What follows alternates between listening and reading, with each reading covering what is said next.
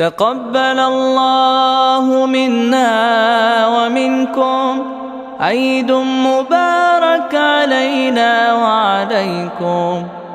الله أكبر الله أكبر الله أكبر، لا إله إلا الله.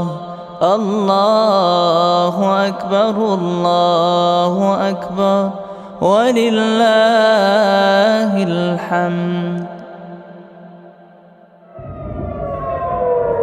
Tonight in Tel Aviv, images that change everything. Jerusalem continues to face the heat of the clashes as tensions intensify. Gaza burned and billowed as Israeli airstrikes hit cars, factories and homes in the Palestinian territory. لا تبالي يا غزة